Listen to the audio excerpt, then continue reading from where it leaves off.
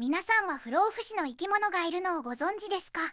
それはベニクラゲという生き物です。ベニクラゲはクラゲの一種であり、通常ほとんどのクラゲは寿命が来ると海に溶けて亡くなるんですが、ベニクラゲは命の危機が迫ると生まれた時の姿に若返ることができるんです。これはまさに生物界のチートキャラです。仕組みは次の画像のようになっており、ベニクラゲが若返るサイクルとして、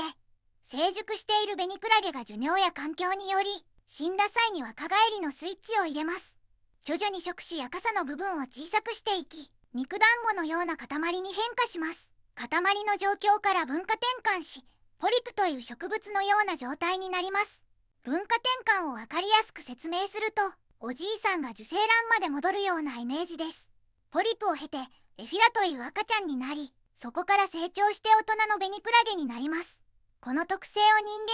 間の病を治すために研究が進んでいるそうです。人間界でも使えたら様々な人を助けることができそうですね。皆さんはベニクラゲについてどう思いましたか？